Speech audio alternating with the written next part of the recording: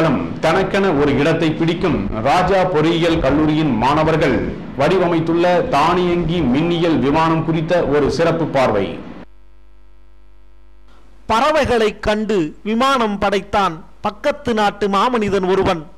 சென்றிடுவீர் எட்டு திக்கும் கொட்டும் செல்வங்கள் கொணர்ந்திங்கு சேர்த்திடுவீர் என்ற பாரதியின் சொல்லிற்கேற்ப விஞ்ஞான சாதனையில் புதுவை படைத்துள்ளனர் மதுரை ராஜா பொறியியல் கல்லூரி மாணவர்கள்.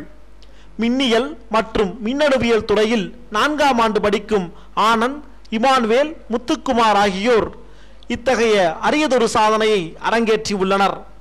ஆளில்லாமல் இயங்கும் தானியங்கி மின்னியல் விமானம்தான் இவர்களின் அரியதொரு கண்டுபிடிப்பு. 3 அடி நீளமும் 4 அடி அகலமும் கொண்டு பால்சா மரத்தால் உருவம் பெற்று PLDC மோட்டார் உந்துதலின் மூலமாக 3 கிலோமீட்டர் தூரம் பறக்கும் வண்ணம் இவ்விமானம் வடிவமைக்கப்பட்டுள்ளது.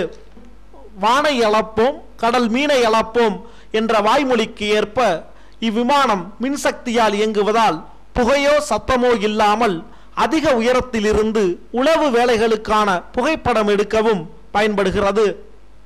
கல்லூரி வளாகத்தில் நடைபெற்ற விமானத்தின் வெள்ளோட்டத்தை கல்லூரி முதல்வர், இயக்குனர் மற்றும் மின்னியல் மற்றும் மின்னணுவியல் துறை தலைவர், இயந்திரவியல் தலைவர், விரிவுரையாளர்கள் ஆகியோர் பார்வையிட்டனர்.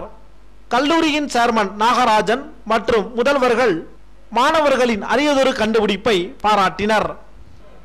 இந்த விமானத்தை வடிவமைப்பதற்கு தொழில்நுட்ப வகையில் திரு பார்த்தசாரதி அவர்கள் உறுதுணையாக இருந்தார் என்பது குறிப்பிடத்தக்கது.